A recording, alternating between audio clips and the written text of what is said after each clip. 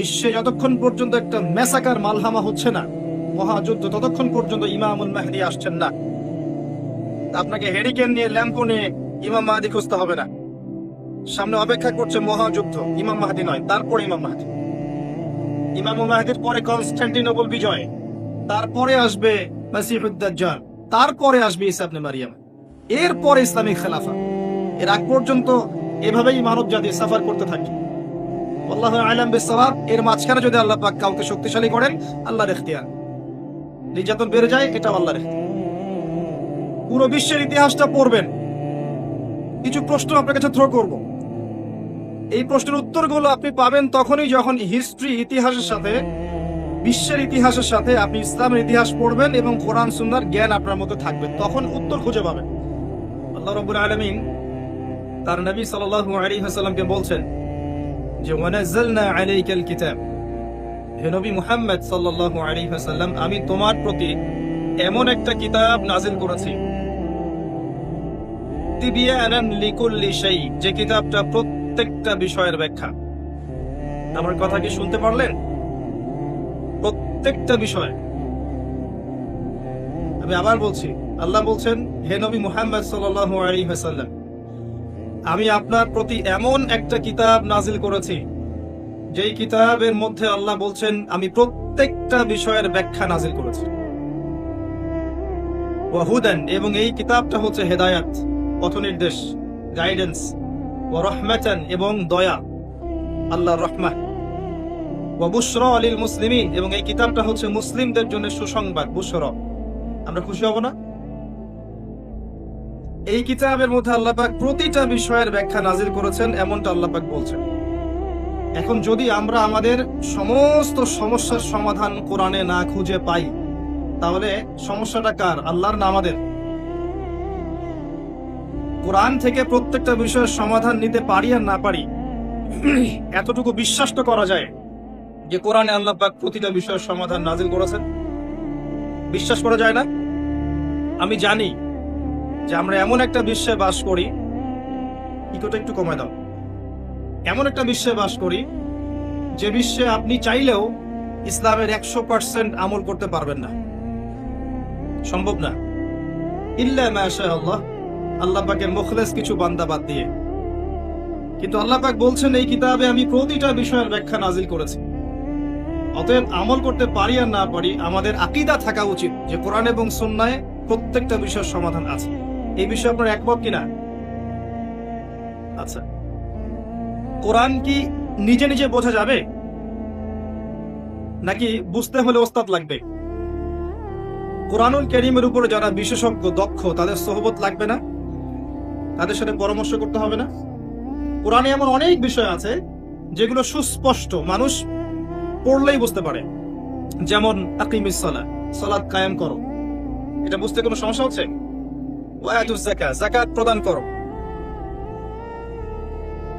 রমজান মাসে সওম রাখো, জিনার কাছেও যেও না, সুদ খেও না, চোরের হাত কেটে দাও, আল্লাহর আনুগত্য করো, রাসূলের আনুগত্য করো। এই যে কথাগুলো স্পষ্ট, প্লেন এন্ড ক্লিয়ার, এই কথাগুলো বুঝতে কোনো সমস্যা হয়? কিন্তু কোরআনে এমন কিছু আছে যেগুলো ব্যাখ্যার অবকাশ আছে, যেগুলো সবাই সমান জ্ঞানে জ্ঞানী হতে পারবে না। তখন কি করতে হবে? জ্ঞানী মানুষদের কাছে গিয়ে জিজ্ঞাসা করে উত্তর নিতে হবে। কথা ঠিক আছে? আচ্ছা, এখন কোরআন কি একা একাই এর ব্যাখ্যা করতে পারবে, নাকি হাদিস বা সুন্নাহ লাগবে? কি লাগবে? হাদিস সুন্নাহর প্রয়োজন নাই?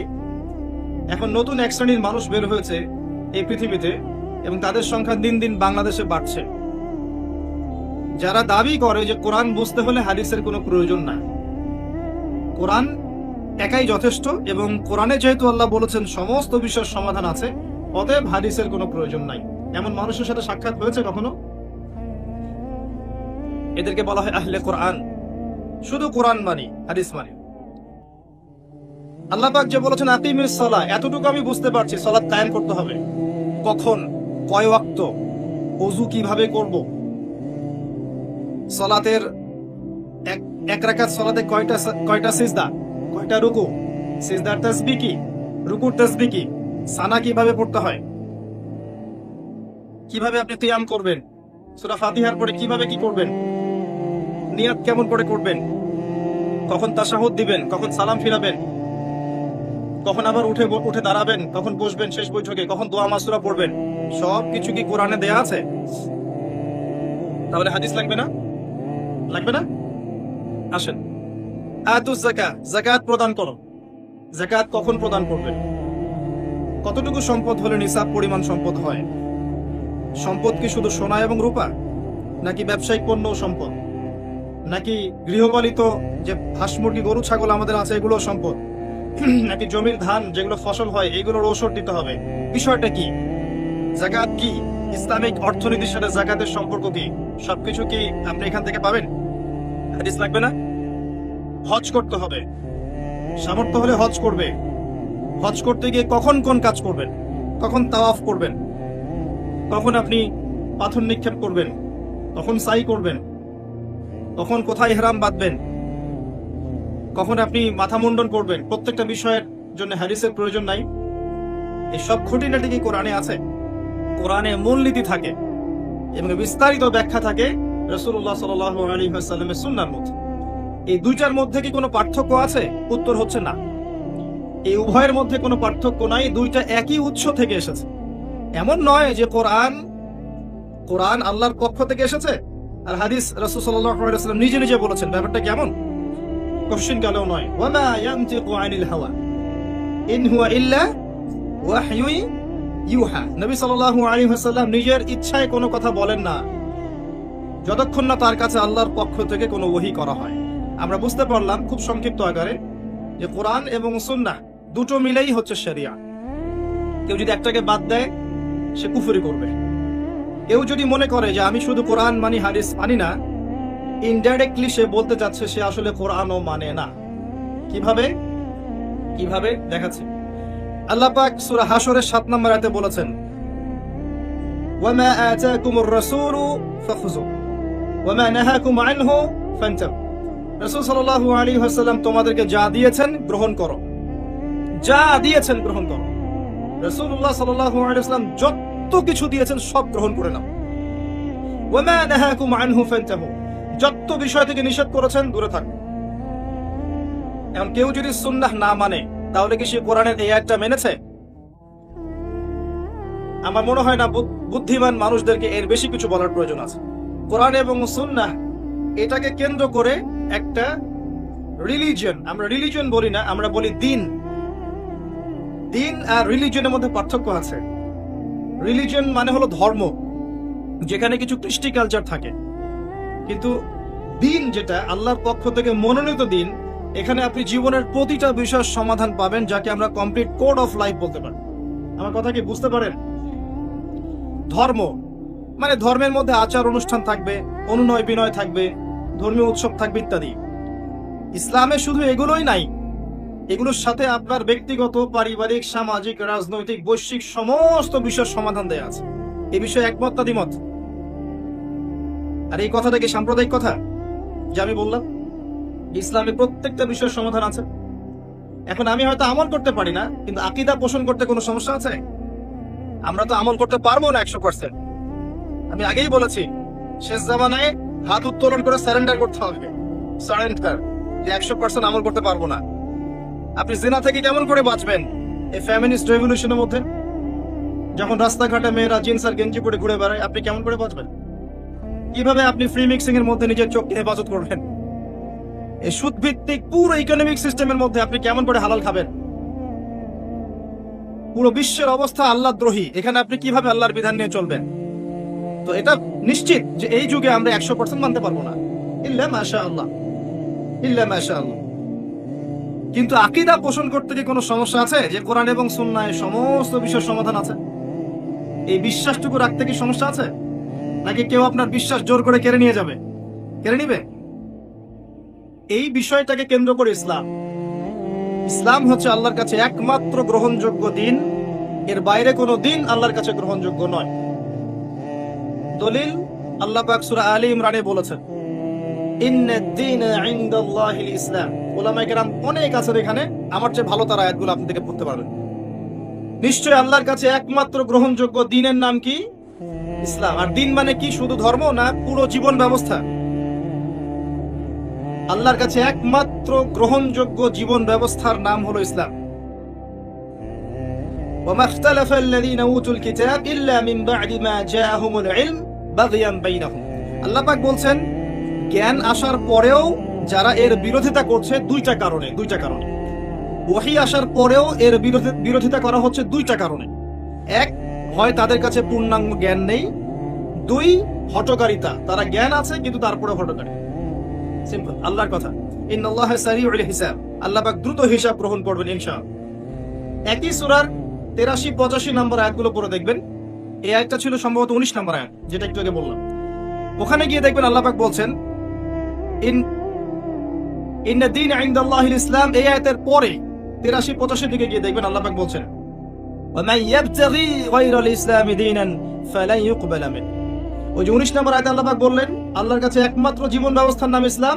এখানে এসে আল্লাহ পাক বলছেন কেউ যদি ইসলাম ছাড়া অন্য দিন তালাশ করে ফালান ইউকবালা মিন, কোশ্চিন কালেও কবুল করা হবে না। কার কথা এটা? আল্লাহর কথা। আল্লাহ ইউকবালা কিসের সিগা? আপনারা ভালো জান, আমার চেয়ে আপনারা ভালো জান। মানে কোশ্চিন কালেও এটা কবুল করা হবে না। ফালাই ইউকবাল ওয়া হুয়া ফিল আখিরাতি মিনাল খাসিরিন। এবং এই ব্যক্তি কিয়ামতের দিন ক্ষতিগ্রস্তদের অন্তর্ভুক্ত হবে, মানে জাহান্নামে যাবে। এই সূরার মধ্যে আরো আল্লাহ পাক বলেছেন, সূরা আলী ইমরানের কথা বলছে, যে আল্লাহ আরো বলছেন আসমান এবং জমিনের যত সৃষ্টি আছে এই সৃষ্টিগুলো আল্লাহর কাছে আত্মসমর্পণ করেছে। ওয়ালাহু আসলামা মান ফিস সামাওয়াতি ওয়াল আরদি তাওআন আও কারহা ওয়া ইলাইহি ইরজিউন। আসমান এবং জমিনের যত সৃষ্টি আছে আল্লাহর কাছে অলরেডি আত্মসমর্পণ করেছে। আর তোমরা কি আফা হুকমুল জাহিলিয়াতি ইয়াবগুন, তোমরা কি জাহেলি যুগের হুকুম কামনা করছো? তোমরা কি আল্লাহর দিন ছাড়া অন্য দিন তালাশ করছো? এরপরে আসেন নবী মুসা আলাইহিস সালাম একটা কথা বলি। একদিন ওমর রাদিয়াল্লাহু আনহু তাওরাত পড়ছিলেন। এই হাদিসটা মিশকাতের মধ্যে আছে, মিশকাতুল মাসাবির মধ্যে আছে। ওমর রাদিয়াল্লাহু আনহু কি তাওরাতের প্রতি ঈমানদার ছিলেন? মানে তাওরাতকেই তিনি সত্য মিথ্যার মানদণ্ড মানতেন, এমন কি বিষয়টা? কোন সাহাবী কি আগের আসমানি কিতাবকে সত্য মিথ্যার মানদণ্ড মানতেন, নাকি কোরআন এবং সুন্নাহকে মানতেন? তারপরেও এমনি ভালো লাগা থেকে জাস্ট পড়ার জন্য, রিডিং করার জন্য, কি লেখা আছে একটু দেখি, এই জন্য।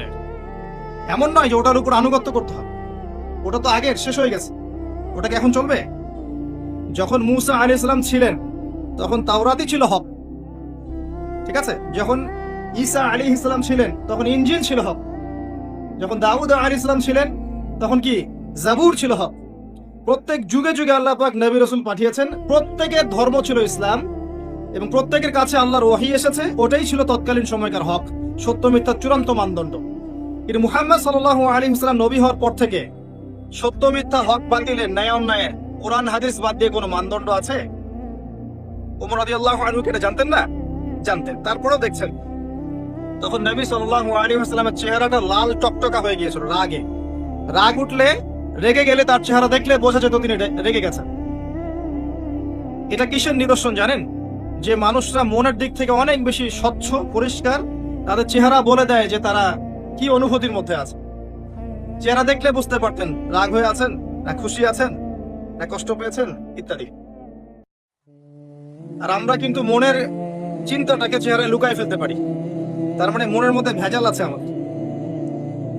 তো রাসূল সাল্লাল্লাহু আলাইহি ওয়াসাল্লাম রাগ হয়ে গেলেন এবং এটা দেখে আবু বকর সিদ্দিক রাদিয়াল্লাহু আনহু বলছেন, ওমর তোমার ধ্বংস হোক, তুমি কি করছো? রাসূলের সামনে তুমি তাওরাত পড়ছো। ওমর রাদিয়াল্লাহু আনহু ক্ষমা চাইলেন, ইয়া রাসূলুল্লাহ আমার ভুল হয়ে গেছে। নবী সাল্লাল্লাহু আলাইহি ওয়াসাল্লাম তখন বলছেন, শোনো ওমর, তুমি তাওরাত পড়ছো, লাউ কানা মূসা হাইয়ান, যদি মূসা আলাইহিস সালাম জীবিত থাকতো এখন, তুমি তাওরাত পড়ছো, তাওরাত যার উপরে নাজিল হয়েছে সেই মূসা আলাইহিস সালাম যদি এখন জীবিত থাকতেন, ফাত্তাবা'তুমুহু, আর তোমরা তার আনুগত্য করতে, ওয়া তারাকতুমুনি, আমাকে ছেড়ে দিতে, লা দালালতুম আন সাওয়াইস সাবিল, তাহলে তোমরা সরল পথ থেকে বিচ্যুত হয়ে যাবে। তাওরাত পড়ছো, তাওরাত তো অনেক দূরের কথা, যে যার উপরে তাওরাত নাজিল হয়েছে সেই নবী যদি এখন জীবিত থাকতেন, তাহলে তোমরা যদি তাকে অনুসরণ করতে, আমাকে ছেড়ে দিতে, তাহলে তোমরা পথভ্রষ্ট হয়ে যেতে। সে যদি জীবিত থাকতো তাহলে আমার আনুগত্য ছাড়া তার কোনো পথ ছিল না। কথা কি বুঝতে পারছেন? ঠিক যেমন করে নবী ঈসা আলাইহিস সালাম আসবেন কি না? বিশ্বাস করেন নবী ঈসা আলাইহিস সালাম আবারও আসবেন? কবে আসবেন? কোথায় আসবেন? কে বলতে পারবেন কোথায় আসবেন? হ্যাঁ, শুকরিয়া। সিরিয়ার দামেশকে। ইন তানসুরুল্লাহ ইয়ানসুরকুম ওয়া ইউসাব্বিত আকদামাকুম। আল্লাহ পাক বলছেন, তোমরা যদি আল্লাহকে ভুলে গিয়েছিলে, আল্লাহ তোমাদেরকে ভুলে গেছেন। ইন তানসুরুল্লাহ, তোমরা যদি আল্লাহর দ্বীনকে সাহায্য করো, আল্লাহ তোমাদেরকে সাহায্য করবেন। ওয়া ইউসাব্বিত আকদামাকুম, তোমাদের পা আল্লাহ পাক দৃঢ় রাখবেন। এটা আব্রাহার যুগ নয়। আব্রাহা এই কাবাগর আক্রমণ করবে, হস্তি বাহিনীর উপর আকাশ থেকে পাথর পড়বে, এটা সেই যুগ নয়। এখন আসমান থেকে পাথর পড়বে না জালেমের উপরে। মুসলিমদের অবস্থা চেঞ্জ হবে তখনই যখন তারা নিজেদের অবস্থা পরিবর্তনের চেষ্টা করবে, তার আগে নয়। হ্যাঁ, এটা আল্লাহর সুন্নাহ। ইন তানসুরুল্লাহ ইয়ানসুরকুম ওয়া ইউসাব্বিত আকদামাকুম। আল্লাহ পাক আরো বলেছেন, ইন্নাল্লাহা লা ইউগাইয়িরু মা বিকওমিন। আল্লাহ পাক কোন কওমের অবস্থা ততক্ষণ পরিবর্তন করেন না হাত্তা ইউগাইয়িরু মা বিআনফুসিহিম, যতক্ষণ তারা নিজেদের অবস্থা পরিবর্তনের চেষ্টা না করছে। এগুলো আল্লাহর সুন্নাহ। আমাদের উপর থেকে আবাবিল পাখি আসবে না। উত্তর খোঁজেন, পুরো ওয়ার্ল্ড অ্যাফেয়ার্স পড়েন, হিস্ট্রি গুলো ঘাটেন, দেখবেন যখন জুলুম বেড়ে যাবে তখন আল্লাহ পাক শাস্তি পাঠাবে। 2, আল্লাহর অবাধ্যতা বেড়ে যাবে, শিরিক বেড়ে যাবে, কুফরি বেড়ে যাবে, জেনা বেড়ে যাবে, মাদক বাড়বে, সুদ বাড়বে, ব্যভিচার বাড়বে, অশ্লীলতা বাড়বে, বেহায়াপনা বাড়বে, আল্লাহ পাকের আযাব চলে আসবে। কেউ ঠেকাতে পারবে না। আযাব সবসময় আকাশ থেকে আসে না, জমিন থেকেও আসে। আযাব অভ্যন্তরীণ ক্রন্দনের মধ্য দিয়েও আসে। আযাব একজনের উপর আরেকজনকে চাপিয়ে দিয়েও হতে পারে। আযাবের বিভিন্ন ক্ষেত্র আছে। শোনেন, এটা ওদের কথা, আমাদের অবস্থা এটাই। যদি আমরা আল্লাহর দেয়া দায়িত্ব ছেড়ে দেই, আল্লাহর আনুগত্য ছেড়ে দেই, রাসূলের আনুগত্য ছেড়ে দেই, দুনিয়া পূজায় ব্যস্ত হয়ে যাই, আল্লাহ পাক আমাদেরকে সরিয়ে দিয়ে নতুন কওমকে নিয়ে আসবে। ওয়া ইন তাতাওয়াল্লাউ ইস্তাবদিল কওমান গায়রাকুম। তোমরা যদি মুখ ফিরাও তাহলে আল্লাহ পাক নতুন কওমকে তোমাদের জায়গায় নিয়ে আসবেন। সুম্মা লা ইয়াকুনু আমসালাকুম, তারা তোমাদের মতো অপদার্থ হবে না। ঈসা ইবনে মারইয়াম কখন আসবেন? যখন মাসিহুদ দাজ্জাল আসবে। এরপরে আসেন, কখন সেই কাজটা করবে? যখন মালহামা হবে, ইমামুল মেহদী আসবে। তারপর মালহামা কখন হবে? উত্তর, যখন মদিনার গুরুত্ব কমে যাবে এবং জেরুজালেমের গুরুত্ব বেড়ে যাবে, তখন হবে মালহামা। ওয়ার্ল্ডের দিকে তাকিয়ে দেখেন যে জেরুজালেমের গুরুত্ব কত আর মদিনার গুরুত্ব কত। আমার কথা কি বোঝা যায়? কিছু কথা মানে উপর দিয়ে যাচ্ছে না। হাদিসটা বলি তাহলে বুঝতে পারবেন। মুয়াজ বিন জাবাল রাদিয়াল্লাহু আনহুকে নবী সাল্লাল্লাহু আলাইহি ওয়াসাল্লাম বলছেন, হে মুয়াজ, যখন উমরান ও বাইতুল মাকদিস খারাব ইয়াসরিব, বাইতুল মাকদাসের উত্থান মদিনার পতন ডেকে নিয়ে আসবে। খারাব ইয়াসরিব খুরুজুল মালহামা, মদিনার পতন মালহামা নিয়ে আসবে।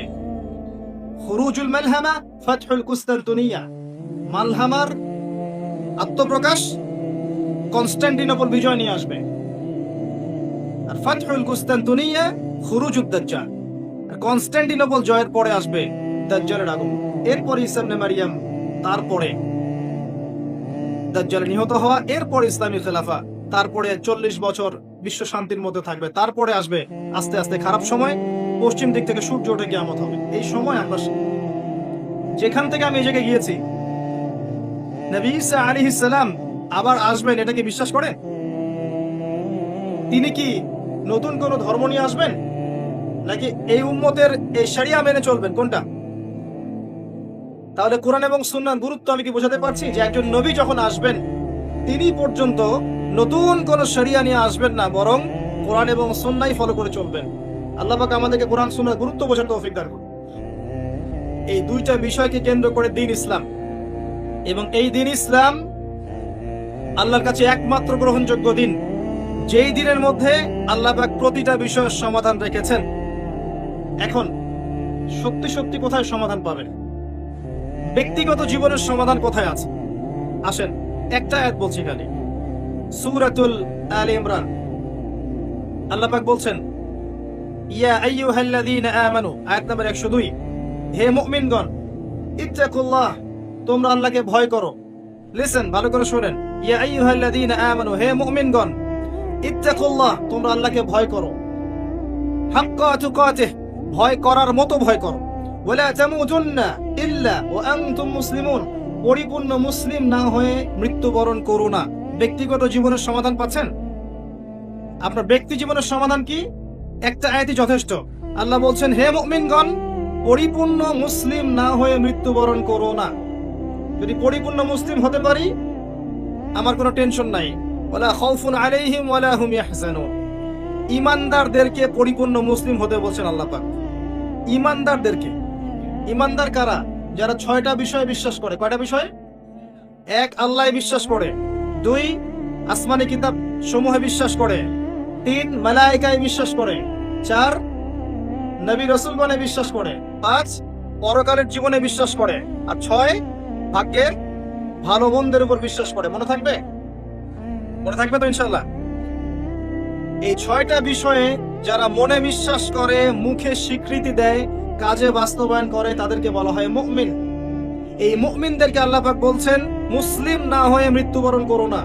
কি জিনিস মুসলিম?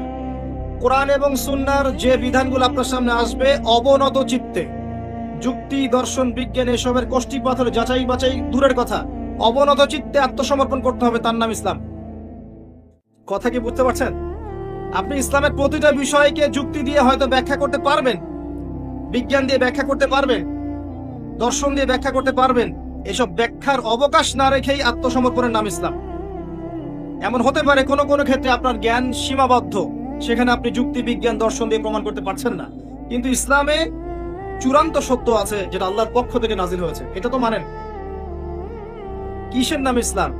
ওই যে ইব্রাহিম আলাইহিস সালামকে দেখেন, ইব্রাহিম আলাইহিস সালাম সম্পর্কে আল্লাহ পাক বলেছেন, ইয ক্বালা লাহু রাব্বুহু আসলিম ক্বালা আসলামতু লিরাব্বিল আলামিন। যখনই তার রব তাকে বলেছে আত্মসমর্পণ করো, তিনি বলেছেন আমি আত্মসমর্পণ করলাম। কিরকম? আল্লাহ বলেছেন স্ত্রী সন্তানকে রেখে আসো মক্কায়।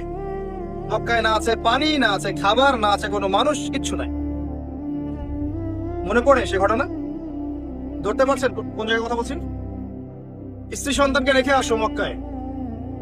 তিনি মক্কায় রেখে আসছেন, না আছে সেখানে পানি, না আছে খাবার, না আছে কোনো জনপদ, না কোনো বাসস্থান, কিচ্ছু নাই। আল্লাহ বলেছেন রেখে আসো, রেখে এসেছি, এর নাম ইসলাম। বাচ্চা হয়েছে, সন্তান ইসমাইল আলাইহিস সালাম, ছোট্ট 12-13 বছর। আল্লাহ বলেছেন পরীক্ষা, জবাই করতে হবে। ইব্রাহিম আলাইহিস সালামকে জিজ্ঞাসা করেছেন এর পিছনে যুক্তি কি, এর পিছনে কারণ কি, দর্শন কি, বিজ্ঞান কি করেছেন? সন্তানকে বলছেন, ইয়া বুনাই ইন্নী আরা ফিল মানামি আন্নী আযবাহুক, হে আমার সন্তান, আমি স্বপ্নে দেখেছি যে আমি তোমাকে জবাই করছি। ফানজুর মাযা তারা, তোমার রায় কি আমাকে বলো।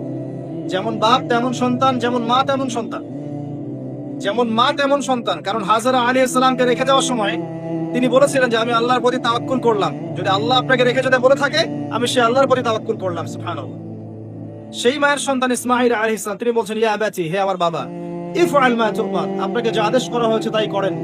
সাতাজিদুনি ইনশাআল্লাহু মিনাস সাবিরিন, ইনশাআল্লাহ আপনি আমাকে সাবিরিন, ধৈর্যশীলদের মধ্যে পাবেন। এই হলো ইসমাঈল। একটা ছেলে দিতে পারবেন ইসমাঈলের মতো? এখন এই বুদ্ধি প্রতিবন্ধী টিকটক প্রজন্ম থেকে একটা ছেলে দিতে পারবেন? এই বুদ্ধি প্রতিবন্ধী মাদক সেবী টিকটক প্রজন্ম থেকে একটা ইসমাঈল দিতে পারবেন? কিশোর বয়সে এমন কোন অপরাধ নাই যা করছে না। বয়স 12, 13, 14 বা 15, 20 বছর হয়নি, দেখবেন এমন কোন পাপ নাই যা করা হয়নি।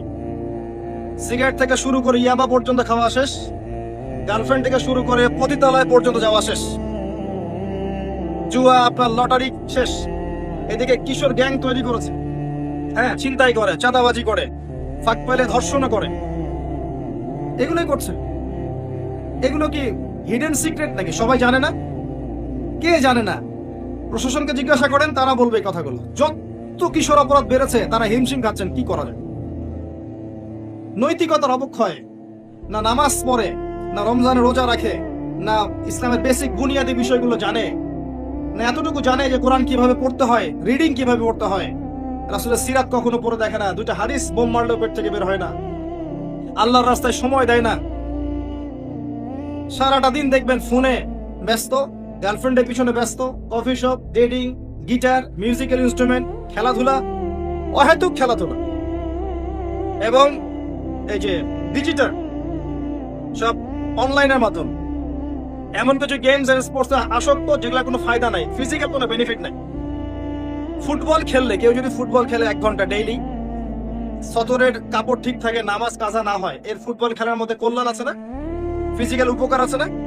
স্ট্যামিনার বাড়বে, তার সে ক্লান্ত হবে, তার খাবারের ক্ষুধা বাড়বে, সে বেশি খাবে, ফিটনেস ভালো থাকবে এবং মাথা শার্প হবে, তার ঘুমটা ক্লিয়ার হবে, পড়াশোনা ভালো হবে।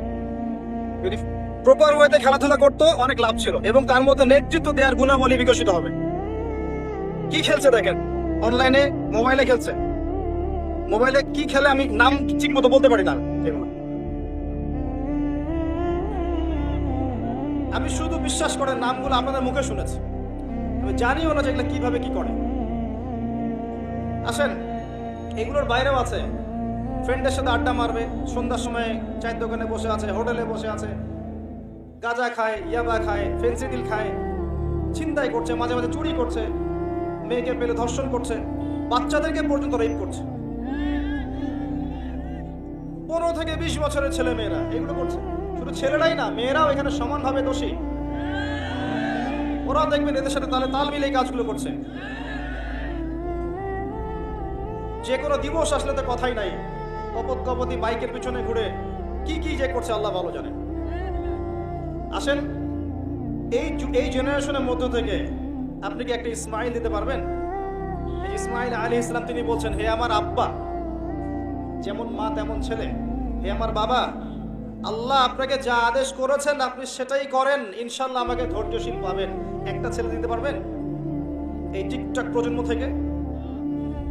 বিশ্বাস করেন, আমি চ্যালেঞ্জ করে বলছি, এই বুদ্ধি প্রতিবন্ধী প্রজন্ম যদি আগামীতে দেশের জন্য কিছু করতে হয়, এরা কিচ্ছু করতে পারবে না। দেশের জন্য জীবন দেওয়ার প্রশ্ন আসলে এরা দাঁড়াতে পারবে না, দেখে নিয়ে। ওই চেতনাও নাই এদের মধ্যে। উম্মার জন্য তো অনেক দূরের কথা, উম্মার জন্য অনেক দূরের কথা। এখন এই সমস্যা কিভাবে সলভ করবেন? এই ইউথ সমস্যা কেমন করে সলভ করবেন?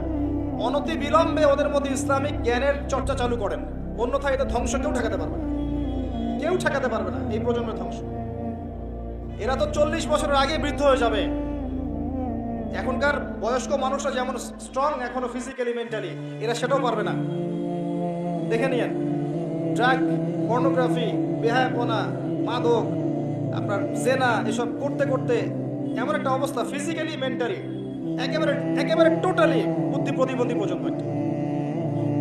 ইল্লা মাশাআল্লাহ, এর মধ্য থেকে কিছু মানুষকে আল্লাহ পাক হয়তো খাস করে বের করে আনবেন, হেদায়েত দিবেন এবং আল্লাহ পাক এটা করবেন ইনশাআল্লাহ। ইনশাআল্লাহ যত দিন যাবে যুবকদের মধ্য থেকে আল্লাহ পাক হেদায়েত পাওয়া মানুষের সংখ্যা বাড়াবেন ইনশাআল্লাহ। তবে কাদেরকে বাড়াবেন? যাদের মনের মধ্যে আল্লাহ পাক স্বচ্ছতা দেখবেন, যাদের মনের মধ্যে আল্লাহ পাক স্বচ্ছতা দেখবেন, সৎ মন আছে।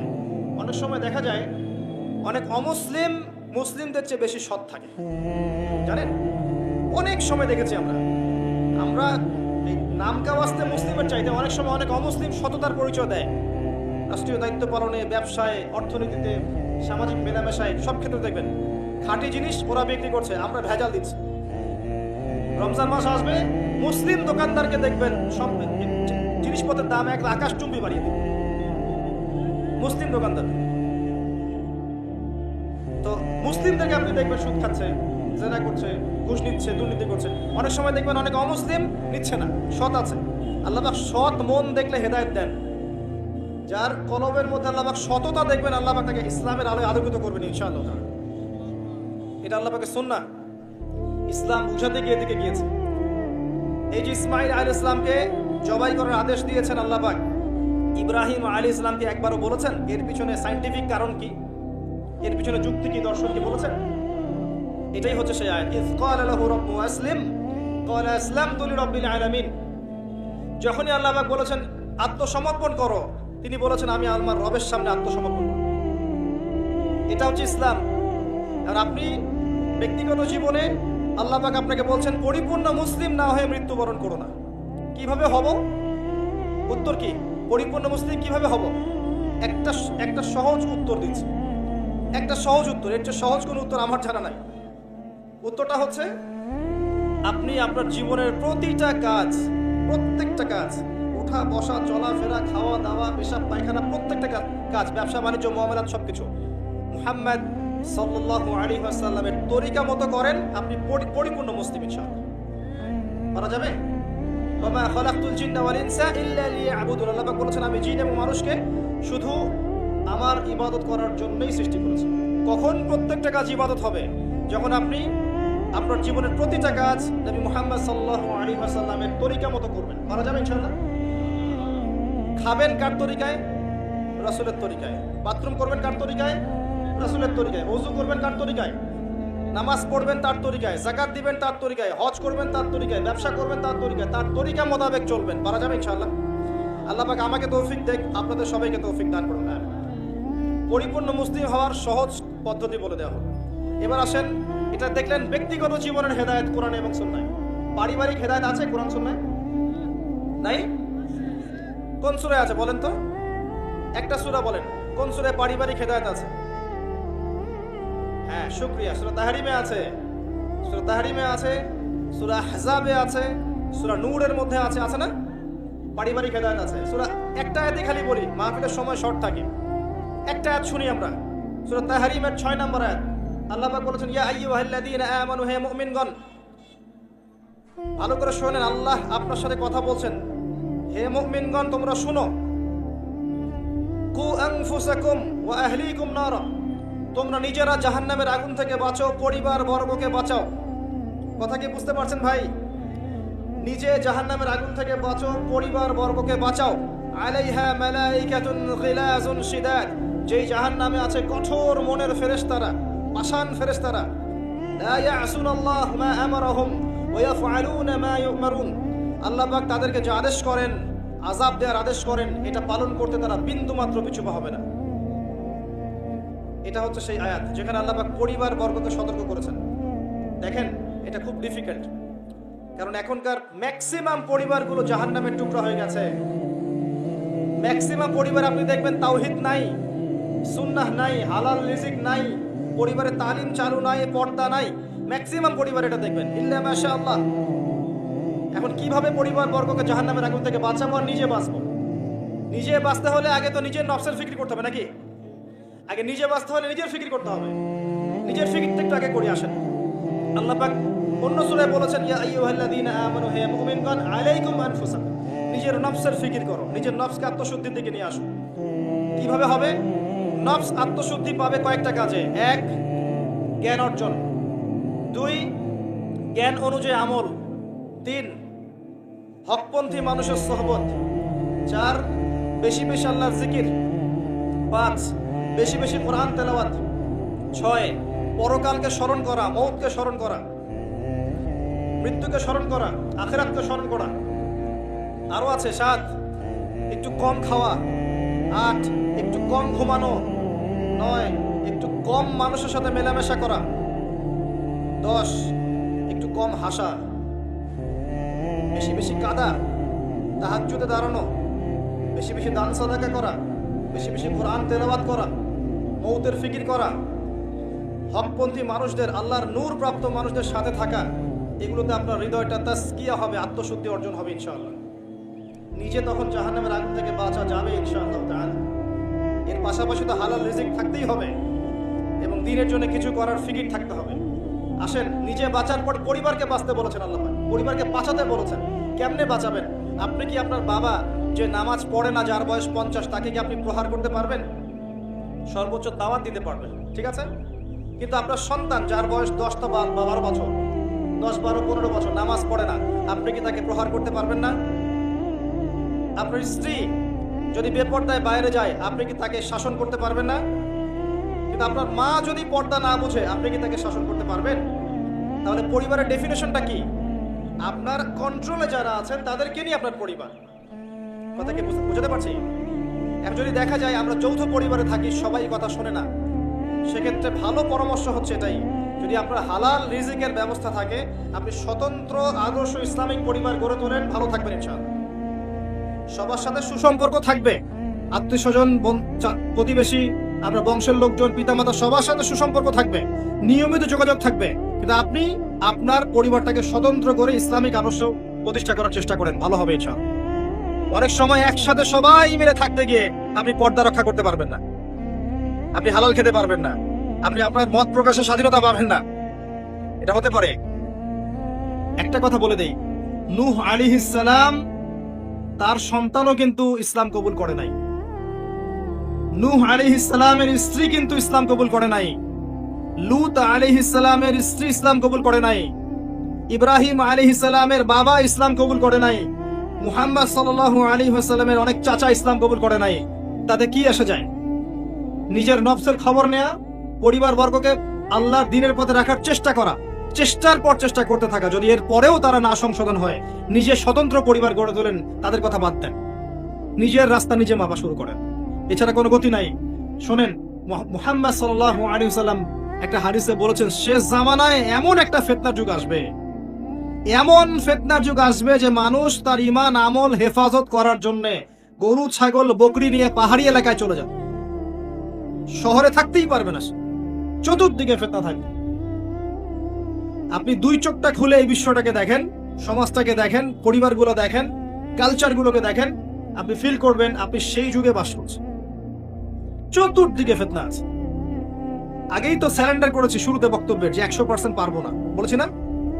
কিন্তু কিন্তু আরেকটা সুসংবাদ, এরকম ফিতনাময় পরিবেশেও, লিসেন, এই হাদিসটা খুব ভালো করে শোনেন, এরকম ফিতনাময় পরিবেশেও যারা ঈমান ধরে রাখার চেষ্টা করবে, নবী সাল্লাল্লাহু আলাইহি ওয়াসাল্লামের মৃত সুন্নতকে জীবিত করবে, ইসলামের আদর্শ দাঁতের মারি দিয়ে কামড়ে থাকার চেষ্টা করবে, 50 জন শহীদ সাহাবীর নেকি পাবেন। তাহলে কোনটা লাভ? চেষ্টা করাতে বেশি লাভ। চেষ্টা করতে করতে যদি দেখেন আর পারছেন না, আপনি একা একা থাকেন। ওই যে আমর ইবনে আস রাদিয়াল্লাহু আনহু কে নবী সাল্লাল্লাহু আলাইহি ওয়াসাল্লাম বলেছিলেন যে ফিতনার যুগে আমর তুমি কি করবে? তিনি বলছেন, ইয়া রাসূলুল্লাহ আপনি বলে দেন আমি কি করব? তখন তাকে বলছেন, তুমি বাসায় থাকবে, বিনা প্রয়োজনে বাড়ি থেকে বের হবে না। আর কি করবে ইয়া রাসূলুল্লাহ? তুমি কম কথা বলবে মানুষের সাথে, বিনা প্রয়োজনে কথা বলতে যাও, মুখটা বন্ধ রাখবে। আর কি? আর তোমার পাপের জন্য বেশি বেশি আল্লাহর কাছে কান্নাকাটি করবে, ইনশাআল্লাহ তুমি সফল হয়ে যাবে। এগুলো লাস্ট অপশন।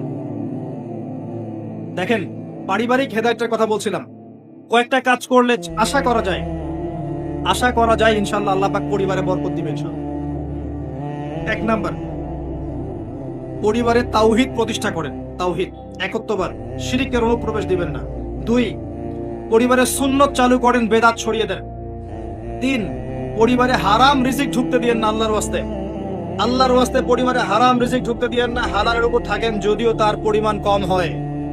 আমি অনেকদিন বলেছি, গতকালকে লেকচারে বলেছিলাম যে যাদের চেহারার দিকে তাকিয়ে আপনি সুদ খাচ্ছেন, ঘুষ খাচ্ছেন, দুর্নীতি করছেন, আত্মসাৎ করছেন, আপনার মৃত্যুর পরে 40 দিন সময় লাগবে না, এরা আপনাকে ভুলে যাবে, কেউ মনে রাখবে না।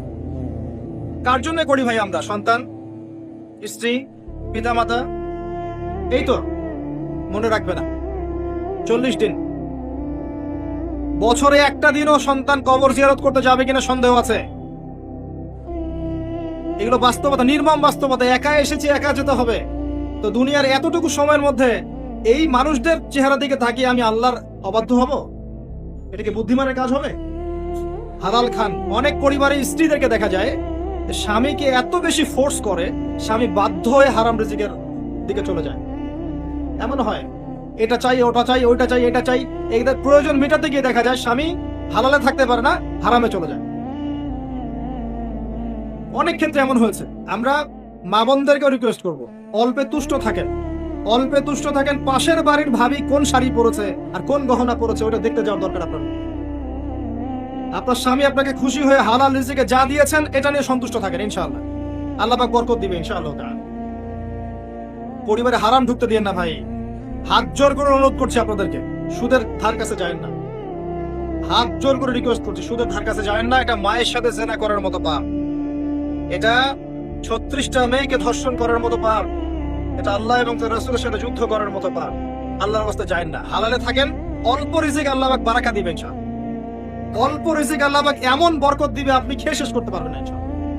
দেখে নিন, একটা দলিল দেই, আপনি যদি সৎ হন, আপনার পরে আপনার ভবিষ্যৎ প্রজন্মের দায়িত্ব স্বয়ং আল্লাহ নিয়ে নেবেন। সূরা কাহাফের মধ্যে দলিল আছে, কোথায় জানেন?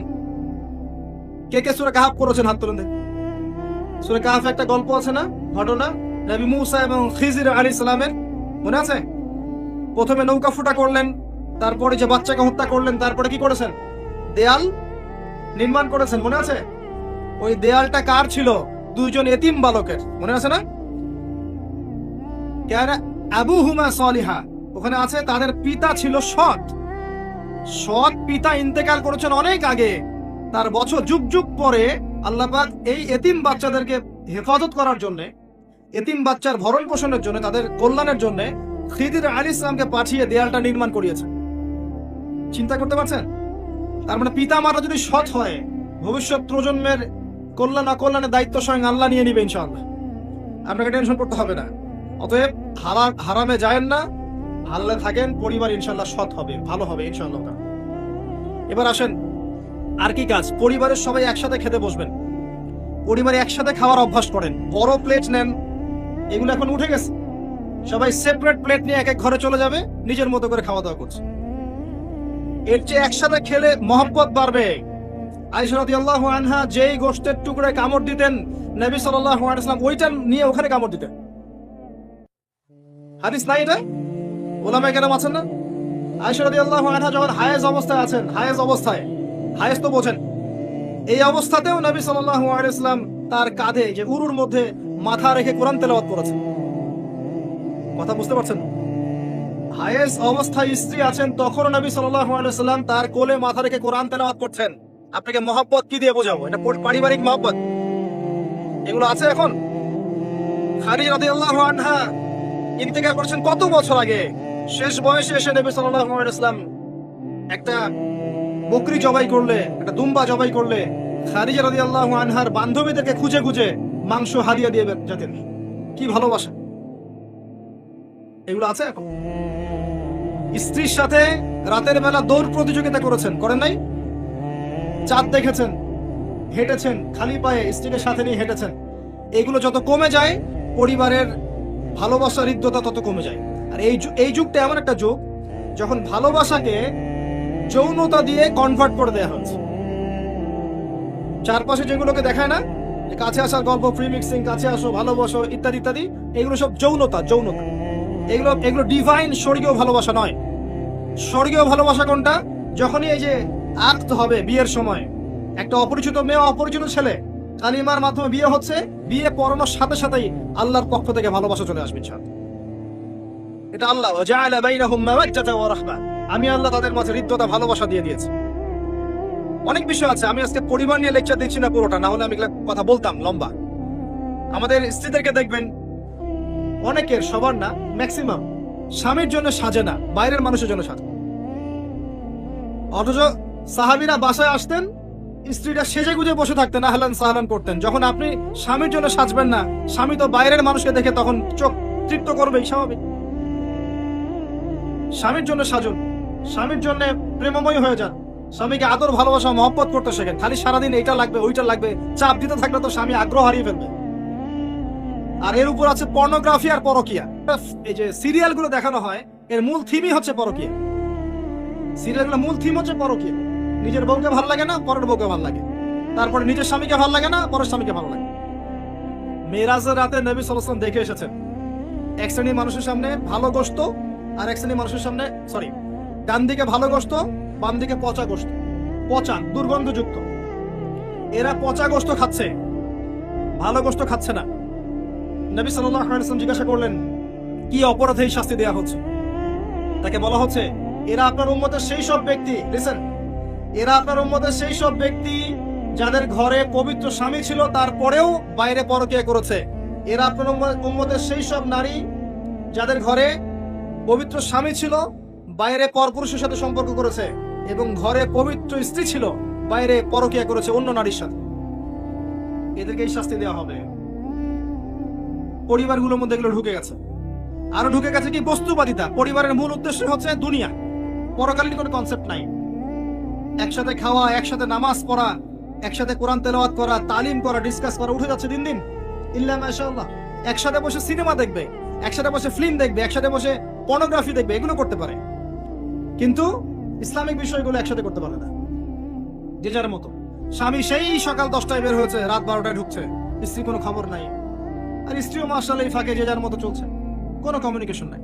সন্তান এরকম বিচ্ছেদ দেখে দেখে বড় হচ্ছে, স্বামী স্ত্রীর বিচ্ছেদ দেখে দেখে বড় হচ্ছে, বাবার অ্যাটাচমেন্ট পাচ্ছে না, মায়ের অ্যাটাচমেন্ট পাচ্ছে না। আবার দেখা যায় কোনো কোনো ক্ষেত্রে মাও মাশাআল্লাহ অফিসে যায়, বাবা মা দুজনেই বের হয়ে যায়, আর সন্তান চলে যাচ্ছে ওই আপনার ডে কেয়ার সেন্টারে, ওখানে কাজের বুয়ার কাছে সন্তান মানুষ হচ্ছে। এই বাচ্চা বড় হয়ে দেখবেন এই পিতা মাতাকে আবার বৃদ্ধাশ্রমে পাঠিয়ে দেবে। মানে কাঠামোটা আগের মতো নাই। পরিবারের পরিবেশটা যদি মহব্বতের থাকে, হৃদ্যতা, ভালোবাসা থাকে, সন্তানরা কিন্তু আত্মবিশ্বাসী হয়ে বড় উঠে যান। যখন পরিবারের মধ্যে হৃদ্যতা, ভালোবাসা থাকবে না, ইসলামের সুন্দর অনুশাসন থাকবে, এই সন্তানরা যখন বড় হবে আত্মবিশ্বাসী হয়ে বড় হবে। হিটলারের নাম শুনেছেন? শুনেছেন? কি করেছিল? কি করছে? শুনেন নাই? তার জীবনীটা পড়ে দেখেন। ছোটবেলায় তার বাবা তাকে এত বেশি প্রহার করেছিল, এত বেশি প্রহার করেছিল যে সে মনের দিক থেকে এত শক্ত হয়ে গেছে, তার কাছে মনে হতো যে মারলেই কাজ হয়, কাজ হওয়ার আর কোনো রাস্তা নেই, মাইরি হচ্ছে একমাত্র কাজ।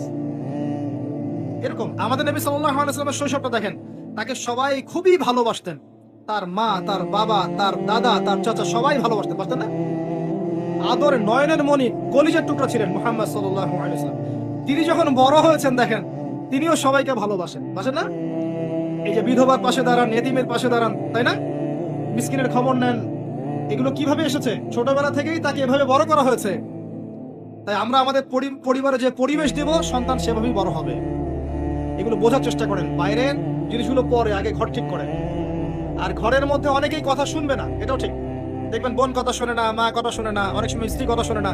তখন একটা সলিউশন আপনাকে দিচ্ছি, আপনি আসহাবুল কাহাফ হয়ে যান। তাও আসহাবুল কাহাফের নাম শুনেছেন তো?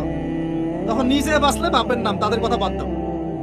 ইয়া আইয়ুহাল্লাযীনা আমানু হে মুমিনগণ আলাইকুম আনফুসাকুম, নিজে নিজের নফস ঠিক করো, ওর কথা বাদ দাও। দোয়া করো আল্লাহ ওকে হেদায়েত দেখ, আল্লাহ চাইলে হেদায়েত দিবেন, না হলে দিবেন না, আল্লাহর হাতে ছেড়ে দেন। এটা লাস্ট অপশন, চেষ্টা করবেন। কোরআনে পারিবারিক হেদায়েত পেলাম, আর অনেক কিছু বলার আছে, কিন্তু এক লেকচারে সব সম্ভব না। কোরআনে অর্থনৈতিক হেদায়েত আছে কিনা? আছে? কোথায় আছে? একটা আয়াত বলি খালি, অনেকগুলো বলার সময় নেই। ওয়াহাল্লাল্লাহুল বাইআ ওয়া হারামার রিবা, এটা কি অর্থনৈতিক হেদায়েত নয়? আল্লাহ পাক বলেন ব্যবসাকে হালাল করেছি, সুদকে হারাম করেছি। সুদ আর ব্যবসা কি একই জিনিস? কিছু মানুষকে কিয়ামতের দিন ওঠানো হবে, যেন মনে হবে ওরা জিনগ্রস্ত, জিন ভর করছে, পাগল, পাগলের মতো মনে হবে। আল্লাহ পাক বলছেন এদের পাপ ছিল এই, কি পাপ ছিল? তারা বলতো ইন্নামাল বাইউ মিসলু রিবা, ব্যবসা সুদের মতোই, এটা তারা বলতো। যারা এই কথা বলে ওদেরকে এভাবে তোলা হবে। কি পার্থক্য? কি পার্থক্য? ব্যবসায় লাভ এবং লসের রিস্ক আছে। কি আছে? ঝুঁকি আছে, লাভ এবং লসের রিস্ক আছে। সুদের মধ্যে লসের কোনো রিস্ক নাই, আছে? ঘটনাটা কি হয় আপনাকে আমি খুব অল্প সময় বোঝাচ্ছি, 2 মিনিট। যখন ব্যবসা করবেন তখন একটা ক্যাপিটাল মানে মূলধন, টাকা, মানি, এটা আপনার সমাজের মধ্যে ঘুরতে থাকবে, মার্কেটের মধ্যে ঘুরতে থাকবে। যেহেতু ব্যবসায় লাভ এবং লসের রিস্ক আছে, টাকা ঘুরতে থাকবে। আজকে আপনার হাতে, কালকে ওর হাতে, আজ কালকে ওর হাতে, পরশু আপনার হাতে। কারণ এখানে আপনি ধনীও হতে পারেন, লাভও করতে পারেন, লসও করতে পারেন। যদি লাভ করেন আপনার হাতে টাকা, আপনি লস করলে আরেকজনের হাতে টাকা। এই ব্যবসাটা নিয়ন্ত্রণ করবে আল্লাহ পাক স্বয়ং। আল্লাহ যাকে ইচ্ছা রিজিক দিবেন, যার কাছ থেকে ইচ্ছা সংকুচিত করে অন্য কাউকে দিবেন। কথা কি বুঝতে পারছেন? এটা বিজনেস। এর উপরেও একটা ব্যাপার আছে, যারা ধনী হবে তাদেরকে আবার যাকাত দিতে হবে, না? ওদেরকে আবার যাকাত দিতে হবে, সেই টাকা আবার গরিবের কাছে আসবে, সেও খাবে। এটা ইসলামিক ইকোনমিক্স। রিবায় কি হচ্ছে? এখানে লসের কোনো ঝুঁকি নাই, টাকা ঘুরতে থাকবে না, বরং ধনিক শ্রেণীর হাতে ধন আস্তে আস্তে বাড়তে থাকবে, আর গরিব শ্রেণী দিন দিন ধন সম্পদ হারাতে থাকবে, এবং সে নিঃস্ব হতে থাকবে, এরা বড় হতে থাকবে। এখানে টাকা এভাবে ঘুরতে থাকবে না। তখন এখান থেকে আল্লাহ পাক তার হাত উঠিয়ে নেবেন। যেহেতু তারা আল্লাহ এবং তার রাসূলের সাথে যুদ্ধ করেছে, আল্লাহ পাক এখান থেকে হাত উঠিয়ে নেবেন। যাও তোমরা তোমাদের মতো চলো, সুদের মধ্য দিয়ে ধ্বংস হয়ে যাও। এটা খুব শর্ট করে বললাম। ইকোনমিক্সের বইগুলো পড়েন এবং আল্লামা তাকি উসমানের বইগুলো পড়েন, আপনারা বুঝতে পারবেন। এখানে মানি ঘুরতে থাকবে না, এটাকে ক্যাপিটালিজম বলা। এখানে মানি ঘুরতে থাকে ব্যবসায়। দুটি কি এক হলো? আল্লাহ পাক এটাকে হালাল করেছেন এই কারণে যাতে সবাই খেয়ে পরে বাঁচতে পারে। এটাকে হারাম করেছেন এই কারণে যাতে একটা অংশ ধনী হবে, একটা অংশ গরিব হয়ে যাবে। এটা অসাম্য, এটা সাম্য নয়, এটা জুলুম। এই জুলুমের শাস্তি হিসেবে তাদেরকে রক্তের নদীতে ফেলে মাথা ফাটিয়ে দেওয়া হবে। এই জুলুমের শাস্তি হিসেবে তাদেরকে রক্তের নদীতে ফেলে মাথা ফাটিয়ে দেওয়া হবে পরকালে, দেখে নিয়েন। এটা শাস্তি সুদখোরদের। একটা কথা বলি, যে খায়, যে দেয়, যে লিখে রাখে, যে সাক্ষী থাকে, চারজনকে নবী সাল্লাল্লাহু আলাইহি ওয়াসাল্লাম সমানভাবে অভিশাপ করেছেন। আর আপনি যদি নবীর অভিশাপ নিয়ে কবরে যেতে চান, এটা আপনার চয়েস, আমার কিচ্ছু বলার নাই। কারণ ফাযাক্কির ইন্নামা আনতা মুযাক্কির, উপদেশ দাও, শুধু উপদেশ দাতা। লাস্তা আলাইহিম বিমুসাইতির, তুমি কারো উপর দারোগা নও। আমরা কারো প্রতি দারোগা নই, শুধু প্রচার করাটুকু দায়িত্ব, এর বেশি কিছু দায়িত্ব না। সিদ্ধান্ত আপনার। তাহলে অর্থনৈতিক হেদায়েত পেলেন, একইভাবে ইসলামে আপনি আরো অনেক হেদায়েত পাবেন। পলিটিক্যাল হেদায়েত আছে, জিও পলিটিক্যাল হেদায়েত আছে, আপনার সাংস্কৃতিক হেদায়েত আছে, আপনার আত্মশুদ্ধির হেদায়েত আছে, আপনি ইবাদত কেমন করে করবেন সেই হেদায়েত আছে। প্রত্যেকটা টপিক আজকে টাচ করার সময় আমার কাছে নাই। এতটুকু বলবো, কোরআন এবং সুন্নাহর মধ্যে আপনি পৃথিবীর সমস্ত সমস্যার সমাধান পাবেন। এই কোরআন এবং সুন্নাহকে নিয়েই হচ্ছে আল ইসলাম। আর ইসলামই হচ্ছে একমাত্র জীবন ব্যবস্থা যেটা আল্লাহর কাছে গ্রহণীয়। এর বাইরে কোনো কিছুই আল্লাহর কাছে গ্রহণীয় নয়।